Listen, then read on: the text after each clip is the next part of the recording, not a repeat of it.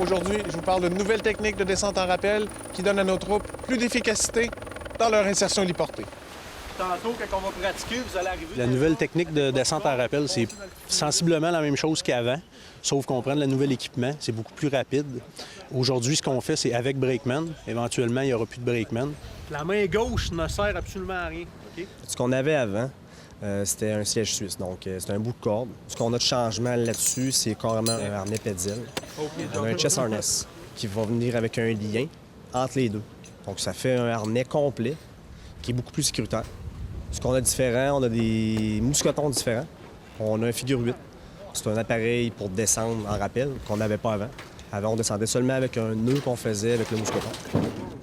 Stand by! Droppez votre corde, demain vous allez avoir les seatbelts enlevés aussi. Donc, ce qu'on fait, c'est qu'on amène le réalisme dans l'entraînement pour qu'éventuellement, en théâtre, on puisse s'insérer beaucoup plus rapidement. On parle d'au moins 2 fois plus rapidement qu'avant. Et puis, c'est pour nous amener aux nouvelles techniques qui vont inclure le fast-row. Nous avons donc suivi l'équipe de tireurs d'élite du 3e bataillon, Royal 22e Régiment, afin d'aller voir l'efficacité de cette nouvelle technique de rappel. C'est certain qu'en se promenant avec les hélicos, on fait du bruit, on veut être le minimum de temps possible dans les airs.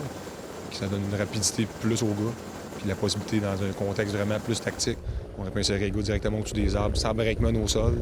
C'est rapide, c'est vite, c'est efficace.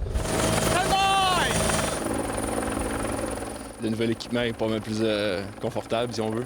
C'est moins de taponnage de faire des nœuds, c'est moins dur à enseigner au nouveau.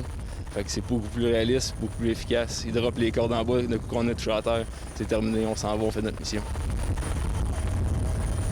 Pour l'ensemble des participants, cet entraînement s'est avéré court, mais grandement enrichissant. Pour l'armée canadienne, c'était le sergent Sébastien Fréchette, Valcartier.